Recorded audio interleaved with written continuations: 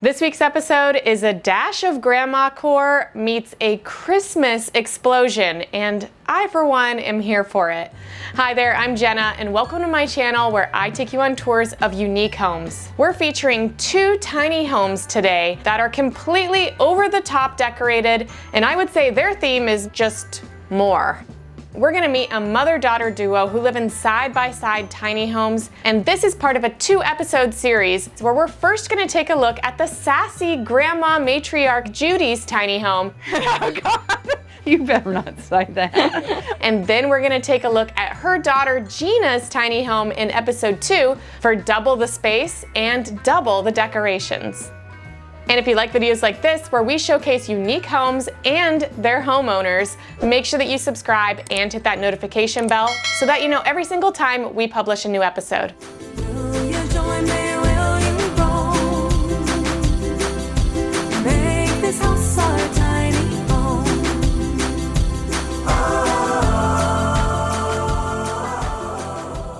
Hi, I'm Gina, and this is my mom, Judy, and we live in side-by-side tiny homes.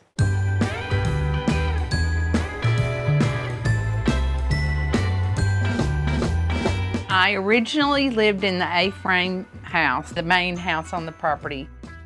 I decided that we needed to build a tiny home for my mom, Judy, so I put her one really close to my back door. When my son was getting married, I had made the decision that I was not going to be able to keep up this property by myself. It was a choice at that point to give the property over to Andrew and Emily and build myself a home. Being together is very important for our family unit to have each other, but everyone have their own space. When I first thought about moving on the property with my daughter in a tiny home, I thought about it a lot because I'm a very independent lady, and I didn't know if it would work for us, even though we've always been close. I decided I would write down what I had to have before I would agree to it. I did get my wishes, and I love it. We had my mom's home built by a company called Dirksen Factory, and they just did the basic frame of the house. And then we hired a local guy that finished it out for us. And her home was built for $25,000 total, with having the local contractor finish it out. I love having my mom close by because we are best friends. We rarely are apart, and we can talk off of our porches even if we don't go to each other's homes. Even when you're an old lady yourself, you need your mommy. When I first moved into a tiny home, I was overwhelmed by its smallness. I came from a large home. The tiny home would fit in my living room. A few months went by, I grew to enjoy it. I loved living on property with my grandson and my granddaughter-in-law. It's the best thing for us. We can walk to each other's homes and knock on the door and deliver breakfast in the mornings. And then I go from each person's house and bring food. And that's what I love. We bicker a little bit once in a while, but we have it all together and we love each other, and I think it's the best thing that ever happened to me. My favorite thing about Christmas is getting lots of gifts and not having to give very many because they don't expect it from a poor old lady.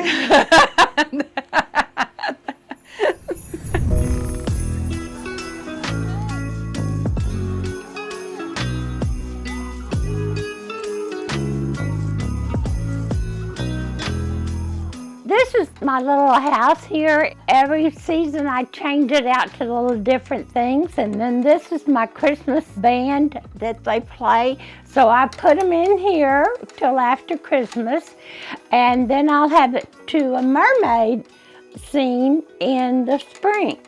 And I love to do hobbies like that. This is the Christmas tree I made out of lampshades. I thought it was really kind of neat. I put it up there in about 10 minutes and it was real easy. I put all these up here myself. I climb around. Not too bad to be an old lady.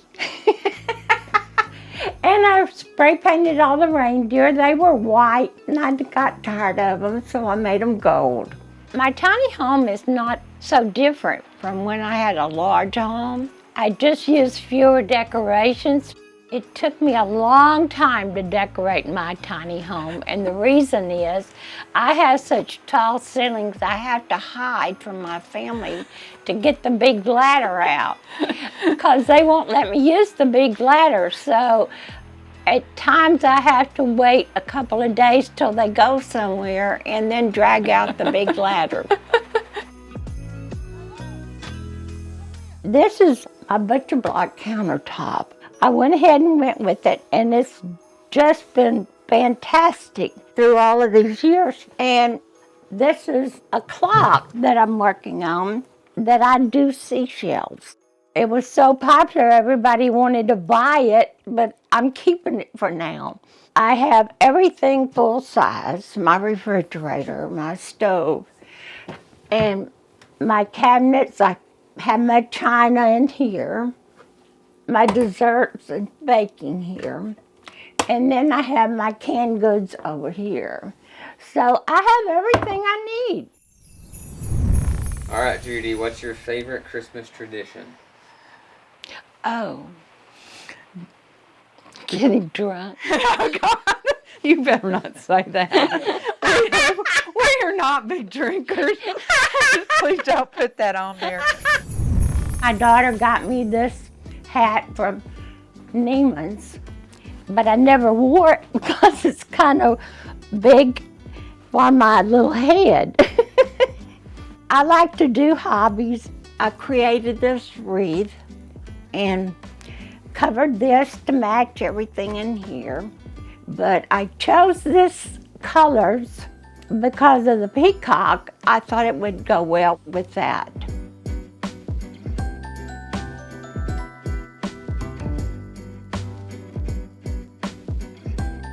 If you'll take a look up here, I love my ceiling. It is made from reclaimed wood from an old barn that had burned down. The local contractor, Wyatt Walsh, he did a fantastic job of getting this home to come together. I have my bedroom, it's all open area. So when I have company, we can all sit in the living room and enjoy each other. I have this joy chest here, which was handed down, and it was a mess when I got it, but I refinished it and antiqued it. There's just not anything I won't try to accomplish. And then I have some little people over here that I like to sit up underneath this table because they fit really well. I really enjoyed looking at them. They're just a cute little scene. My favorite Christmas song is Silent Night. It brings back a lot of memories and it's so traditional that I really enjoy listening at it.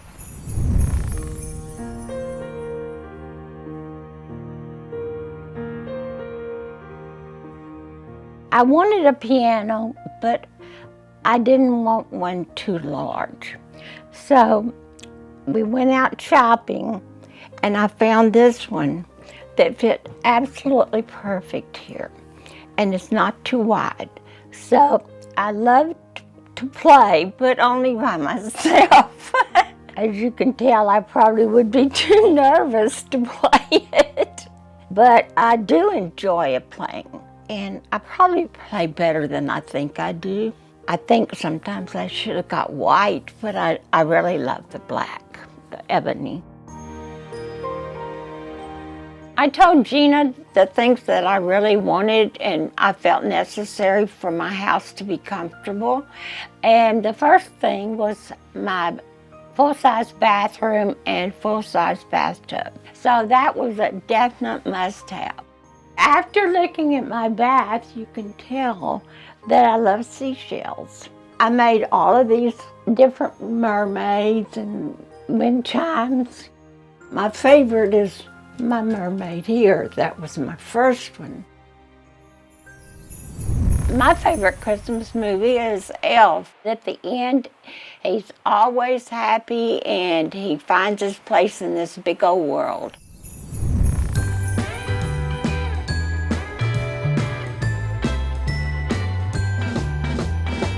I think economically that this is just the best thing that can happen these days for families to all pull together and have a place that's paid for that they can live in. With these tiny homes, you can live comfortably within a budget. I think a tiny home is excellent for seniors, and I recommend that if you are an elderly person, that you consider living on the property with your children. You never know when you're going to need them, and you're not going to get on their nerves while living with them.